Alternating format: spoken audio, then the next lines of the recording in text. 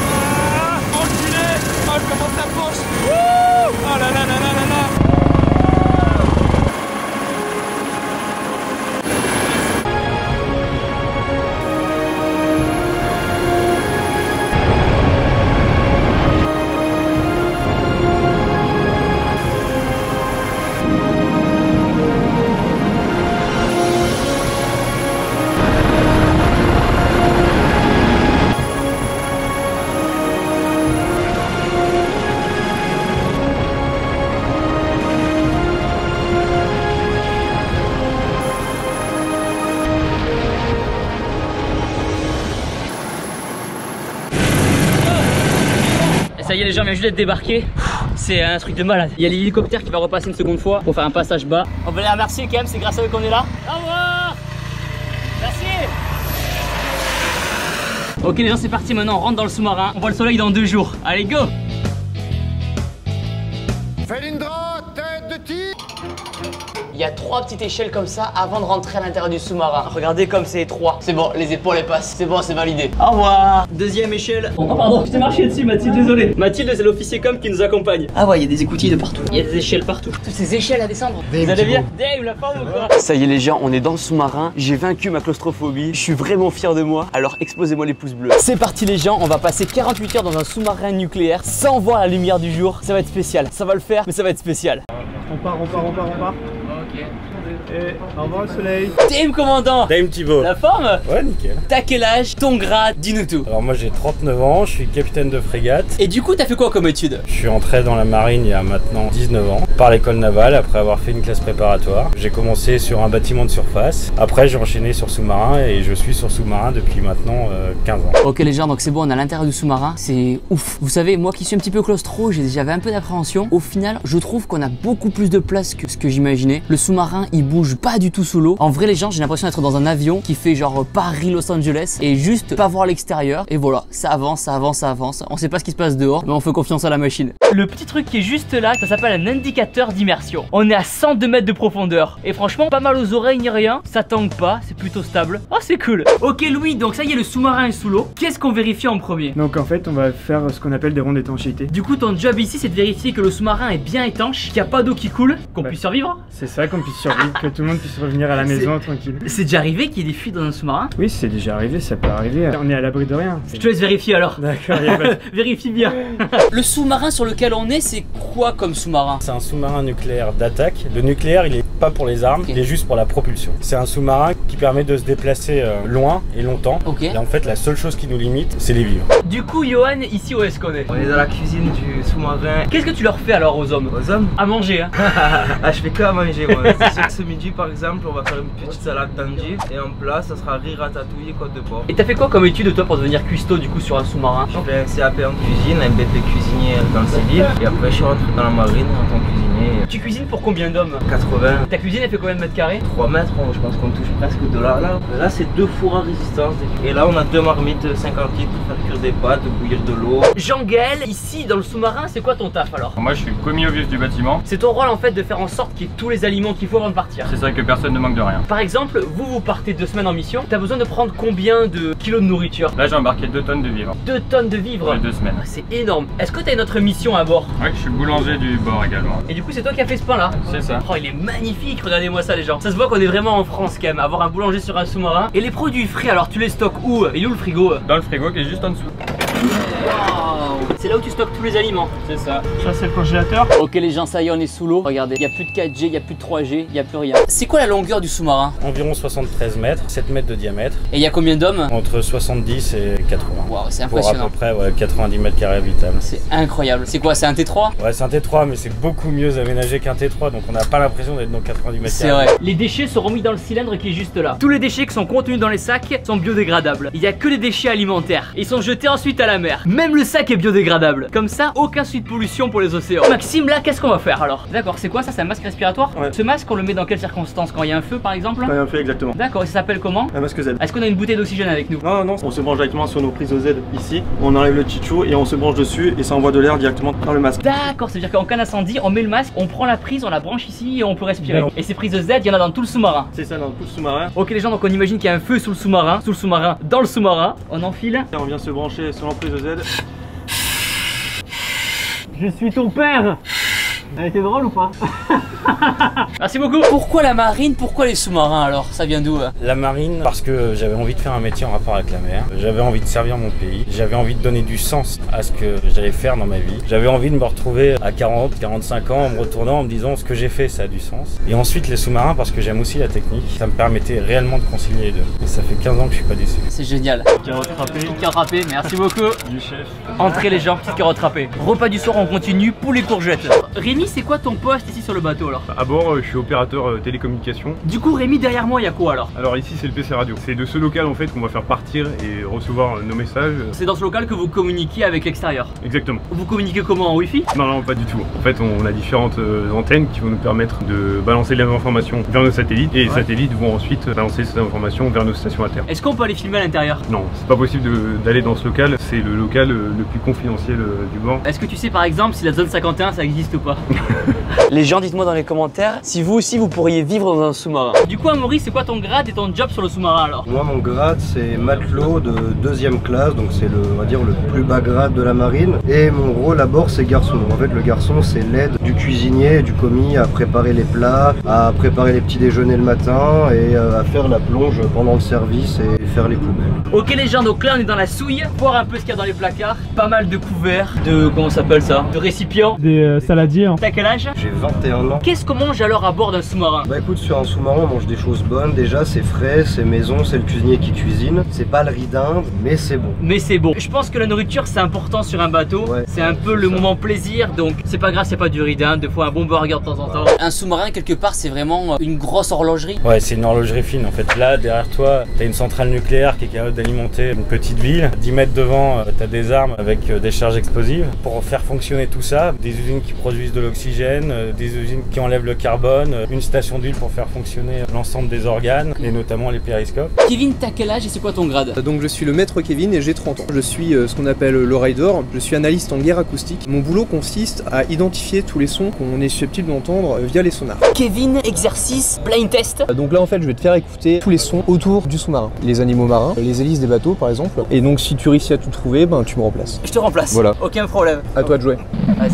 T'entends quoi là? 1, 2, on a des pales. Donc je dirais que c'est soit un roulement de tambour, mais c'est pas possible sous l'eau. Non, c'est ça. Donc je vais dire que c'est un sous-marin. C'est sous-marin en effet, mais c'est pas un vrai sous-marin, c'est une baleine. C'est une baleine. C'est une baleine bleue, tout à fait. On les entend super loin les baleines. Quels sons on entend alors sous l'eau? Tout ce qui est mammifères marins et donc bien sûr tout ce qui est mécanique. Les hélices des bateaux. Du coup t'arrives à faire la différence entre un bateau de commerce, un bateau de guerre, un bateau de plaisir? Ouais, tout à fait. Un bateau de plaisir, un bateau de plaisance. Alors le prochain, t'entends quoi là? Alors là j'entends...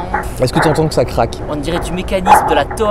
Ouais d'accord, ouais, pourquoi pas de la tôle éventuellement. Donc ça c'est un iceberg. En fait c'est la glace en fondant qui craque. On a juste sur tout le long. Ouais carrément. Comment t'as découvert ce métier de rider alors? Ça vient d'où à la base? Eh bien tout simplement en regardant un film. C'était le film Octobre Rouge. Je suis rentré dans la marine clairement pour faire un rider. Le troisième. Prochain. Un peu particulier. Ah, c'est une tronçonneuse sous l'eau. On dirait un film d'horreur. Ouais carrément. Et ben donc ça c'est un biologique. C'est un animal, c'est un narval. Incroyable. Allez celui-là. Là on dirait de la pluie qui tombe, ouais. Beaucoup de pluie, donc de la pluie sous l'eau c'est pas possible. Eh bah si c'est possible, mais c'est pas ça, c'est un sous-marin.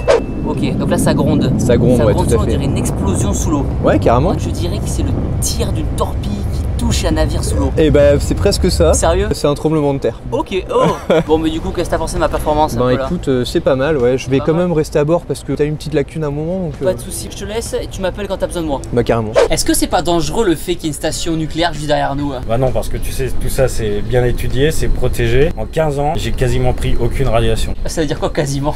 Bah ça veut dire que j'ai pris plus de radiation en passant en Bretagne, en allant à la Réunion dans ma belle famille. On prend potentiellement plus de radiation quand on prend l'avion classiquement que ici à bord d'un sous-marin nucléaire. Oui. Ok les gens, donc là je suis avec Thomas et on va conduire le sous-marin. T'as confiance ou pas? Oui. Eh ben t'as tort. C'est parti. Et du coup Thomas, qu'est-ce qu'on fait là? Donc vous mettez la barre de direction 10 à droite. Donc c'est comme un volant. Ah putain c'est ouf. Je conduis le sous-marin là. Ce que j'ai en face de moi c'est confidentiel, je peux pas filmer. Mais il y a des boutons partout, il y a des chiffres partout, je comprends rien. Heureusement que t'es là Thomas, reste pas très loin. Ça peut à quelle vitesse un sous-marin? Une vingtaine de nœuds. Ça fait combien en km/h? 40 km. Et là vous la mettez 10 à gauche.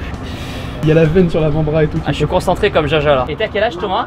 18 ans. T'as 18 ans et c'est toi qui conduis le sous-marin? Oui. Waouh. Et Thomas, t'as fait quoi comme étude alors pour pouvoir conduire un sous-marin? J'étais en seconde, donc après je suis rentré dans la marine. J'ai commencé par l'école des Mousses et après je suis allé à l'ENSM, l'école de navigation sous-marine. Ok, je sens que ça bouge là, ouais. Je transpire. Tu brilles à la caméra. Ah ouais, je transpire tellement. Et appuyez sur le bouton 2 fois. 1, 2. Et là on dit barre de direction en mode normal. Barre de direction en mode normal. Du coup c'est bon, j'ai mon permis sous-marin? Non, c'est quand même plus dur. C'est bon, on est toujours vivant? C'est bon, on est vivant.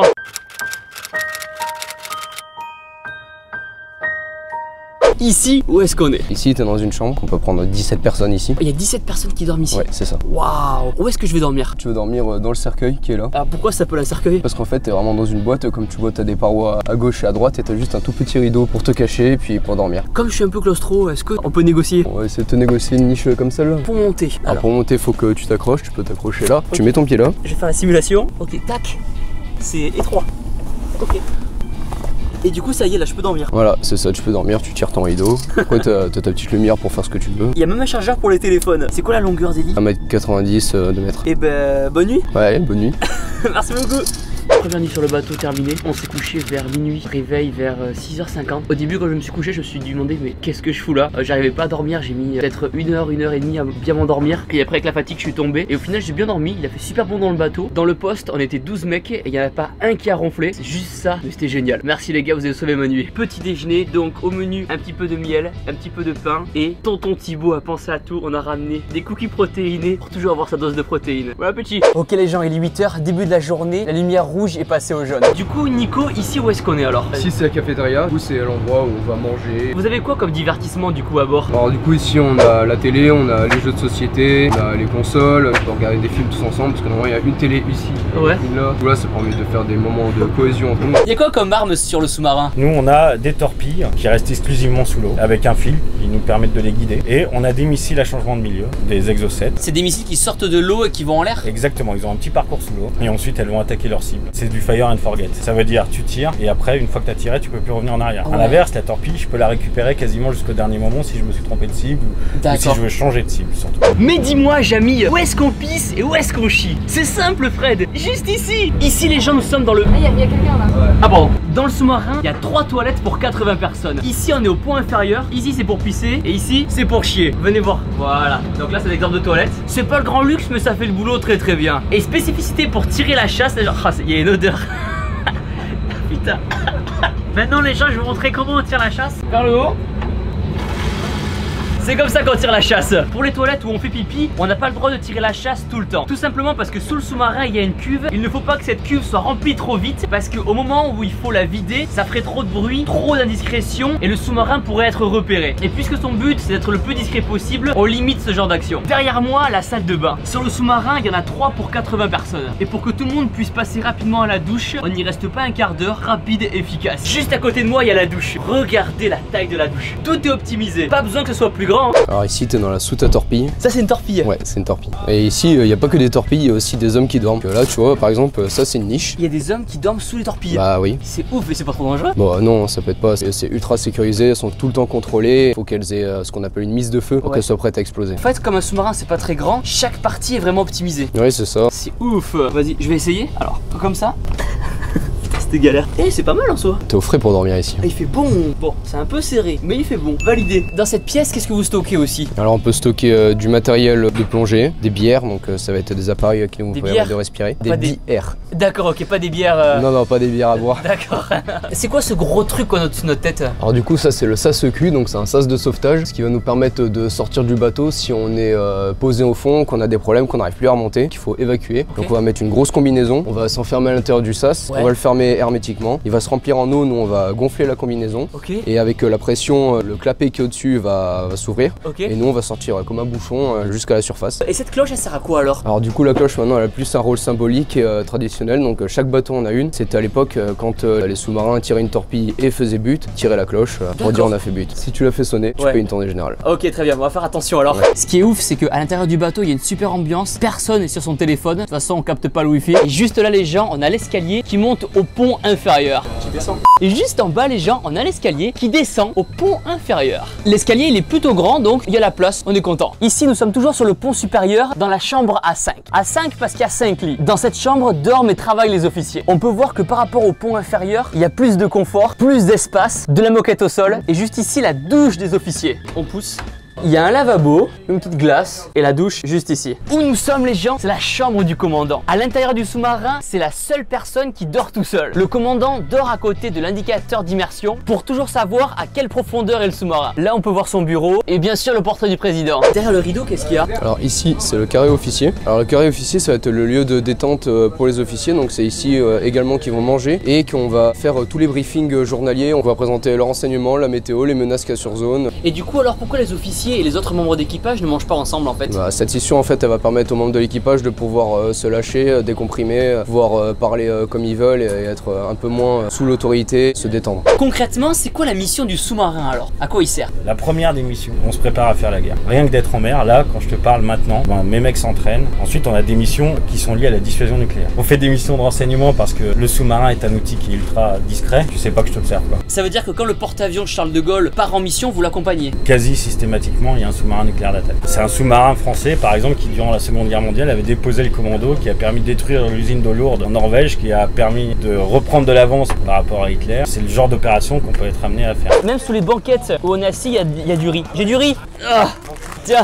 Dans le sous-marin, tous les endroits sont vraiment optimisés. C'est un truc de malade. Derrière nous, où il y a 30 personnes, c'est quoi cet endroit? Alors c'est le poste de conduite de navigation opérationnelle. Donc en fait, ça va être vraiment le cerveau du sous-marin qui va nous permettre de nous guider et de détecter ce qui se passe autour de nous. La partie à gauche vous aide à piloter le sous-marin et la partie à droite, c'est vraiment tout ce qui est sonar et si jamais tir de torpille. C'est ça. Est-ce que c'est aussi dans cette pièce qu'il y a les périscopes? Oui, c'est ici. On a deux, donc ils vont nous permettre de voir ce qui se passe autour de nous. Alerte 16 mètres, on garde le périscope d'attaque et de veille ici. Reçu alerte 16 mètres, on conserve le périscope de veille et d'attaque. Toujours 3 aériens, les 2 périscopes, le tube d'air. L'auxiliaire 2 va pas en fonction. Ok les gens, donc là on va regarder à travers le périscope pour voir ce qu'on peut voir. Ouais, pour voir ce qu'on voit, vous avez compris. Ah ouais. Donc ici c'est pour régler le périscope vers le haut ou vers le bas. Là on règle le périscope en haut et en bas. Ce que j'ai à gauche c'est pour l'altitude du périscope, pour le monter ou le descendre. Et les pédales c'est pour régler le périscope pour aller à gauche ou à droite. On va à gauche, à droite. Et ça c'est pour régler le périscope pour aller à gauche ou à droite. Je crois que c'est l'inverse. À droite et à gauche. Ah là on voit bien la mer. Le bruit, ça veut dire qu'on a rentré le périscope? Oui, c'est ça. Ce qu'on a en face de nous et qui tourne, c'est le radar, pour connaître notre position. C'est d'ici, en fait, qu'on peut guider une torpille. Oui, c'est ça. Les torpilles sont philo-guidées, donc on va pouvoir changer leur trajectoire, leur immersion, pour essayer de faire rebut. C'était quand la dernière fois que vous avez tiré une torpille sur un vrai bâtiment ennemi? Alors ça a été pendant la guerre 39-45. C'est vraiment un dernier recours qu'on tire. C'est ça. Du coup, Arnaud, c'est quoi cette table alors? Donc c'est la table tactique multifonction. On l'utilise pour élaborer, pour avoir une situation de ce qui se passe en surface. C'est tactile? C'est tout tactile. C'est un gros iPad. Exactement. Là, c'est la côte? C'est ça, ici, là, Toulon, juste là. Et nous, on est où là? Et là, nous, on est ici. Les petites flèches, là, c'est les bateaux en surface. Donc grâce à la carte, tu peux savoir un peu tous les bateaux qu'il y a autour. Exactement. Quand le sous-marin remonte en surface, il évite de taper un pauvre petit bateau de pêcheur dessus, quoi. Est-ce que vous entendez les gens? Exercice incendie. je veux compte rendu. Engagement de fumée sur la FV2. FV2 les gars, tout le monde qui appelle. Allez. Putain, j'arrive pas à ouvrir la calcul. Oh putain. Oh, merde.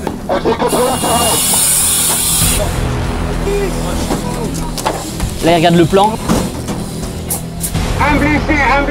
Donc là, il y a eu un blessé. Je vais mettre Seigneur 2. Pardon. Bon là, c'est pas pratique. Là, il y a un homme à terre. Il ventile et il est conscient.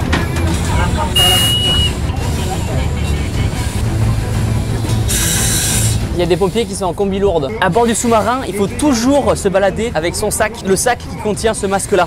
Hop. Et la cagoule, on la met à l'intérieur pour pas se brûler. Ah merde. C'est bon, on est ok. Vous prenez des extincteurs pour attaquer le sinistre. Est-ce que c'est clair pour vous les gars? Ok, action. Il faut imaginer que le bateau, en cas d'incendie, il y a de la fumée partout. On peut pas respirer. Donc, on prend une bouffée d'oxygène. Ah, et on peut respirer. Et on peut se déplacer comme ça dans tout le bateau. Mission réussie. En cas d'incendie, les gens, des bâches anti-feu sont installées dans le sous-marin pour protéger des flammes. Par exemple, juste derrière, il y a le carré officier. Donc on se rend compte, les gens, qu'en situation d'incendie, il y a tous les hommes qui sont concernés, tout le monde s'équipe et tout le monde joue le jeu pour éteindre l'incendie le plus vite possible. On va dans le CO et on va voir qu'ils sont aussi équipés.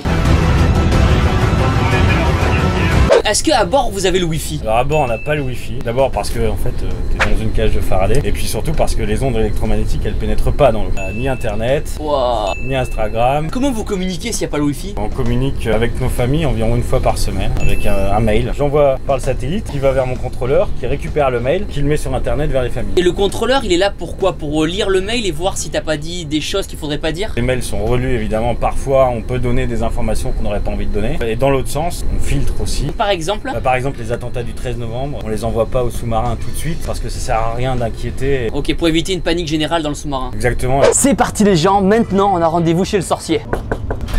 Damn le sorcier. Salut. Ça va quoi? Samuel c'est le sorcier, sorcier ça veut dire infirmier. C'est ça. Génial, t'as quel âge? 23 ans. Samuel, est-ce que tu peux m'aider? Oui. Hier j'étais au CrossFit, j'ai fait des tractions et si tu veux ça a pété, je me suis fait un steak. J'ai besoin de toi, sauve ma main. Je suis là. Du coup t'as fait quoi comme étude pour être infirmier sur un sous-marin? Alors du coup le parcours est exactement le même que dans le civil. 3 ans d'études, donc la licence d'infirmier, le diplôme d'état d'infirmier. Nous notre école en fait elle est pas dans le civil, elle est dans le militaire. Donc c'est l'école du personnel paramédical des armées et on a l'occasion de se porter volontaire pour les sous-marins. Pourquoi les sous-marins alors? L'ambiance n'est pas la même qu'en hôpital. Et je voulais vraiment faire quelque chose en fait qui sortait un peu de l'ordinaire, quelque chose d'hors du commun. Le fait de pouvoir travailler en fait en autonomie, parce qu'il faut savoir qu'à bord on est seul, on n'a pas de médecin, l'infirmier est responsable de la santé de tout l'équipage. Donc je m'étais dit en fait c'est ça qu'il me faut, je suis jeune, j'ai envie d'avoir des responsabilités. C'est quoi les maladies que tu dois le plus souvent soigner à bord? Alors du coup nous on est confronté à pas mal de choses au final, donc on a de la stomatologie, donc tout ce qui est dentaire, on a de la gastrologie, l'ORL, le fait qu'on soit autant dans un espace réduit, les bactéries se répandent très rapidement en fait. Donc nous on a une grosse surveillance sur ça et on évite en fait qu'il y ait une épidémie à bord parce que sinon ça peut vite être la cata à bord si on a une gastro-entérite qui se répand dans tout le bord. Ah ouais. On fait super gaffe à ça. C'est bon, moi je suis soigné? Ouais, je mets juste le bandage et après on est bon. Allez, blessure de guerre. Depuis le début de la journée, je serre la main à des mecs et du coup comme la blessure elle est pile au moment où on serre la main, ça me démonte. Il est 11h, repas du midi à 11h. Entrée, petit plat d'endive et le pain qu'on a vu ce matin. On poursuit avec une petite côte de porc pour les protéines, toujours ratatouille pour les légumes, riz pour les glucides, c'est parfait. Le commandant est servi. Vive le commandant. Ok les gens c'est parti, pause pipi, souhaitez-moi bonne chance. Du coup, Sylvain, c'est quoi ton grade? Moi, je suis premier maître et je suis chimiste à bord. C'est quoi ta mission à bord du sous-marin? L'équipage boive de l'eau correcte et se douche avec une eau correcte. Et ensuite, à côté de ça, je m'occupe de tout ce qui est chaufferie nucléaire. Le sous-marin, comment il fonctionne alors? Grosso modo, il fonctionne un peu comme une cocotte minute. De l'eau qui va être chauffée à une certaine température. Cette eau va se vaporiser. Elle va venir travailler sur des turbines. Et ces turbines vont entraîner des alternateurs de propulsion et des alternateurs pour le courant électrique à bord. Le nucléaire, il sert à quoi sur le sous-marin alors? Le nucléaire, c'est la flamme qui nous permet de chauffer la cocotte. D'accord, Voilà. c'est une très belle image. Rendez-vous compte, la centrale nucléaire qui est dans le bateau permet d'alimenter un village de 40 000 personnes. À 40 000 personnes, c'est plus un village, c'est une ville. La cuve qui est juste derrière moi, c'est là où on va stocker le pipi et le caca. Dans les cuves, ici et là, il y a de l'eau. Ça permet de stabiliser le sous-marin et de faire en sorte qu'il soit à l'équilibre. Ok les gens, on va faire un exercice. Là, le sous-marin, il va piquer à 15 degrés. On va descendre de 55 mètres. Le but de l'exercice, c'est d'éviter au cas où il y a un sous-marin qui arrive face à nous. Nous, on plonge dessous pour l'éviter. Là, ça commence à pencher. Ah, ça commence à s'ouvrir. Les tiroirs commencent à s'ouvrir. Là, on est penché là. Regardez comment il est penché là. Il y a tout qui s'ouvre. Il y a tous les tiroirs qui s'ouvrent. Là, on est vraiment penché. Ça penche tellement à l'intérieur du sous-marin, regardez.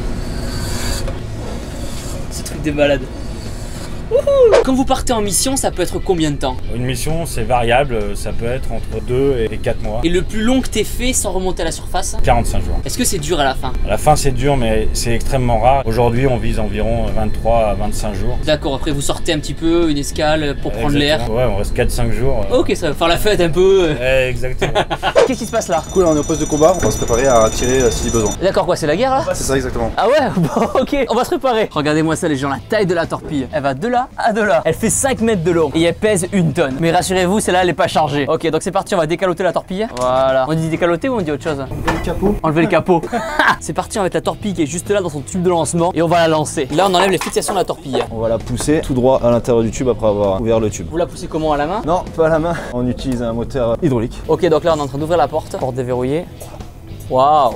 Oh là là là là là là! Tu dors là-dedans, Thibaut? Ah, je suis pas chaud de dormir là-dedans. Oh là là, la profondeur. C'est à l'intérieur qu'on va mettre la torpille. C'est comme un gros vérin qui pousse la torpille. Waouh! Oh là là! Waouh! Incroyable. La force du mécanisme pour envoyer la torpille à l'intérieur. C'est comme ça qu'on charge une torpille en temps de guerre. C'est ça. C'est quoi tous ces boutons qu'on voit là? Les boutons qu'on voit, c'est pour manœuvrer les tubes afin de tirer l'arme. Et sur quel bouton on appuie pour tirer sur l'arme? D'accord, ok. Chasse. Là, on est à moins 89 mètres. Et quand on va tirer, on sera à moins 300 mètres. On approche des moins 300 mètres. Ça y est, on y est. Donc là, c'est parti. On va tirer. Attention, bon, c'est du 2. Ouvre la porte. Porte ouverte. Sur chasse, reste appuyé dessus. Waouh! Un suppôt le truc là. Ouf! Ferme la porte avant. Oh là, ce bazar pour envoyer une torpille quoi. Tu as entendu le bruit ou pas? Ça fait fou! Et là, ça y est, la torpille est partie quoi. Tirer une torpille depuis un sous-marin nucléaire, fait! Bien, attention pour lancer tube 3. Feu tube 3! Feu! Reçu, torpille partie. Fermez la porte avant, reployez le RP. Ça y est, les gens, on a tiré les torpilles et vous pouvez voir sur l'indicateur juste au-dessus que là, on remonte vers la surface. Ça fait 24. Ça fait.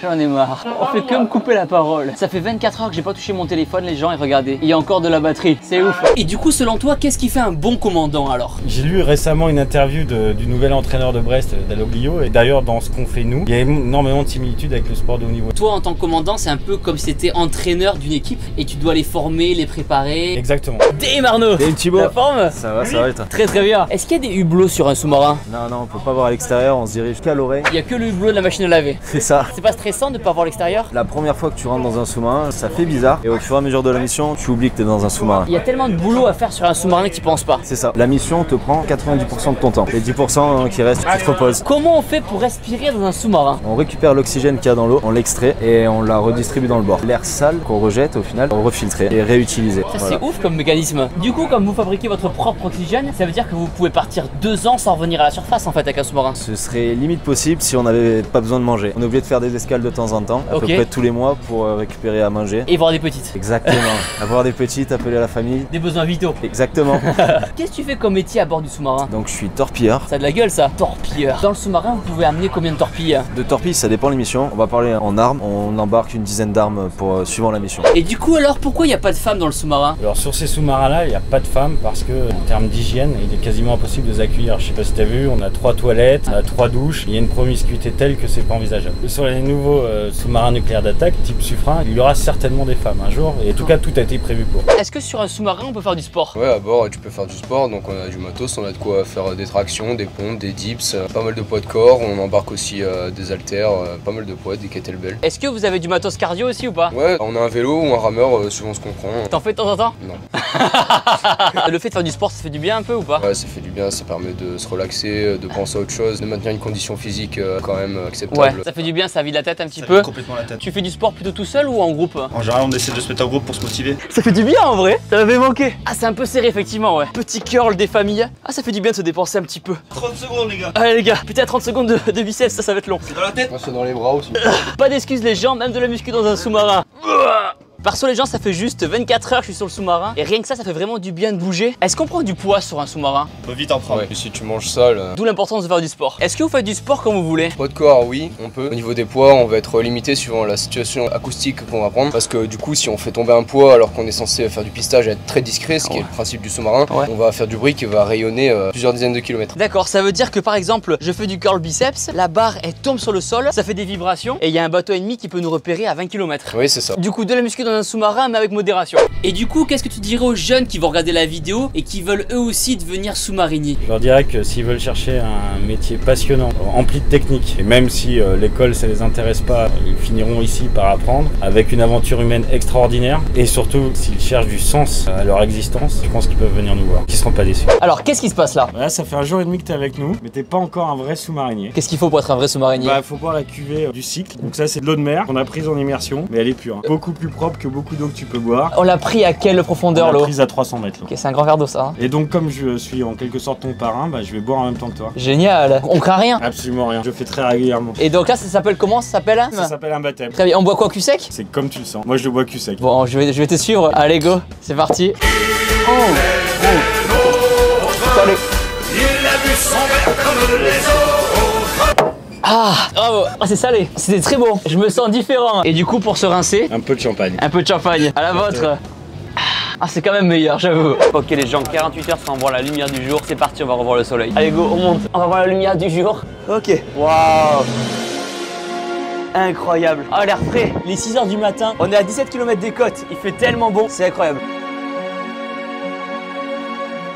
Et là, c'est le derrière du sous-marin. Et rien que moi, les gens, j'ai passé 2 jours sans voir le soleil, ça m'a manqué. Alors gros respect aux sous-mariniers qui peuvent passer 40 jours sans le voir, c'est juste ouf. Eh bien, on est au bord de l'eau. Oh là là, c'est génial. Oh là là. Ok les gens, rentrent à la maison, c'est le bateau qui va nous chercher. Ça y est les gens, on rentre à la maison. Merci aux sous-mariniers de faire ce métier, de donner leur vie pour protéger la nôtre. Et juste, encore merci pour l'opportunité. Merci vraiment à la Marine nationale. C'était une expérience de dingue. Et surtout n'oubliez pas que vous êtes les meilleurs. Boum!